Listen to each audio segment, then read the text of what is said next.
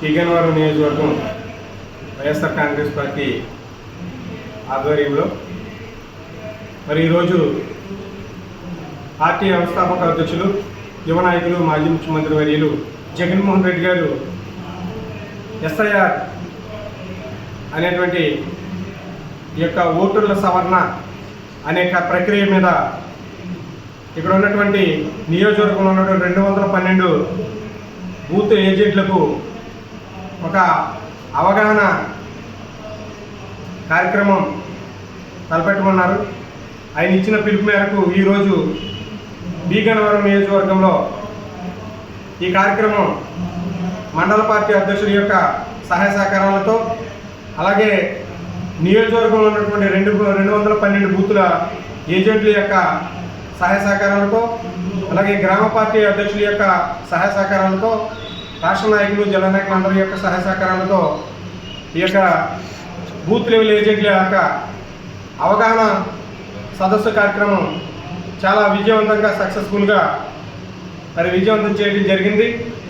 మరి ఈరోజు ఈ రాష్ట్రంలో ఎస్ఐఆర్ అనేటువంటి ప్రక్రియ మొదలు పెట్టడం జరిగింది. ఎందుచేతంటే ఏ విధంగా జరుగుతుందని అంటే, ఇది ప్రతి పార్టీలోనూ కూడా ఒక అభద్రభావం అనేటువంటిది ఉండడం జరిగింది.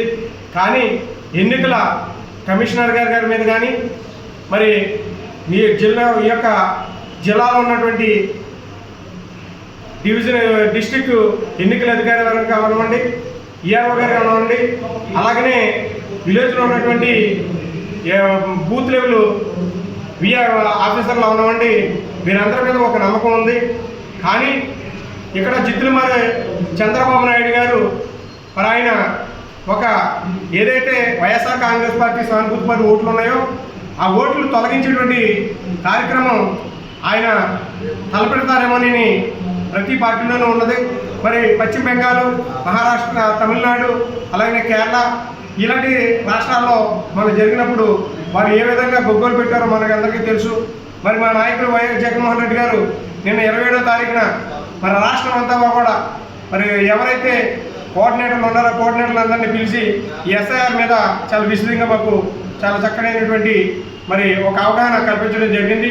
మేమైతే మాత్రం ఈ రాష్ట్రంలో ఈ చంద్రబాబు నాయుడు గారు మరి ఐవీఎస్ కార్డు ద్వారాగా ఎవరైతే వైఎస్ఆర్ కాంగ్రెస్ పార్టీ సానుభూతి పనులు ఉన్నారో ఎవరున్నారో అనేది తెలుసుకుని దాని ద్వారాగా వాళ్ళ ఓట్లు తొలగించేటువంటి ప్రక్రియ అనేది తలపెట్టారని మేము అనుమానపడుతున్నాం.